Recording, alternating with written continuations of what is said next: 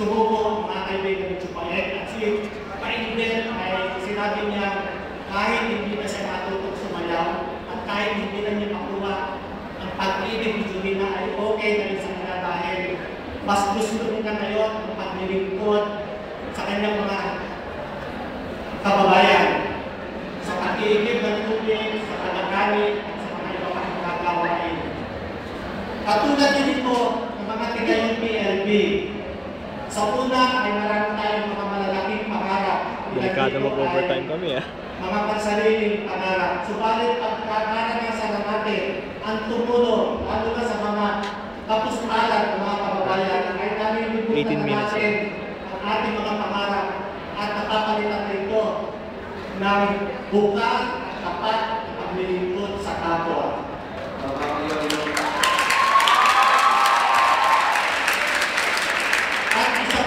Sinabi mo sa akin na muntik nang nakahiya si Chutaingo dahil ginamon siya ni Jumina sa isang sayawin na hindi pa niya nakakaaralan.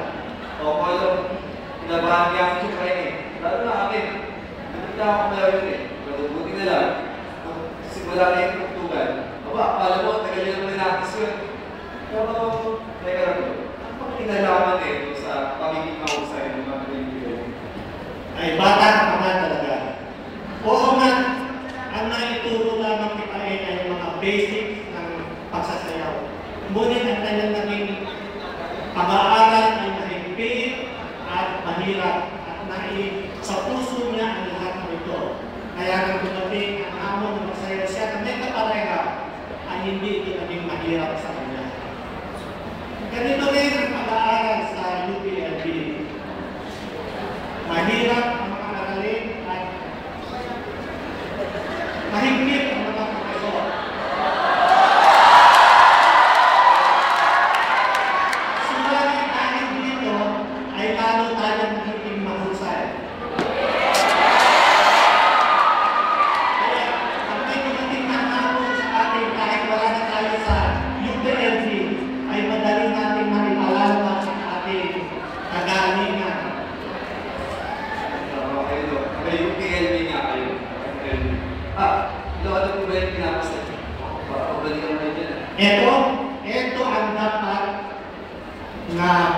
natin ng UPLB para mapanatili natin ang kahusayan natin sa paglilingkod sa susunod na 100 taon.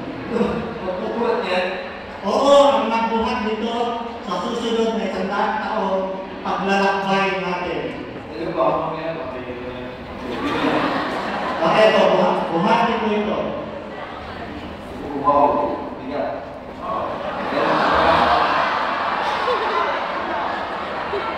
Kaya, ito naman ang buhatin mo rin.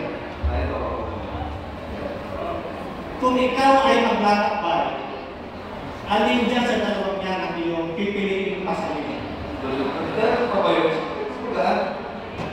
Pero, kung yan ay meron namang bigas, nakakailanganin mo sa iyong paglalakbay at patutunguhan.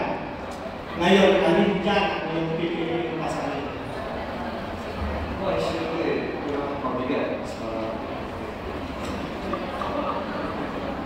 Ganito dapat ang maging paglalakbay natin sa UPLB sa susunod na 100 taon. Magiging mahirap ang ating kasalanan. Nang sa gayon ay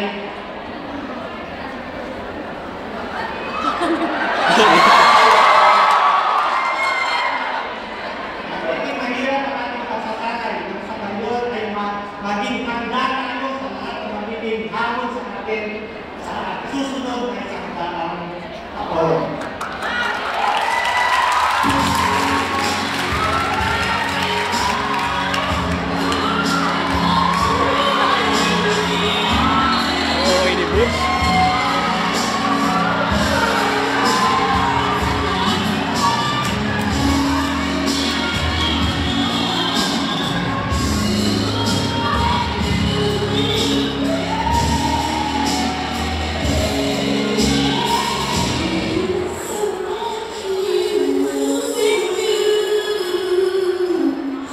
You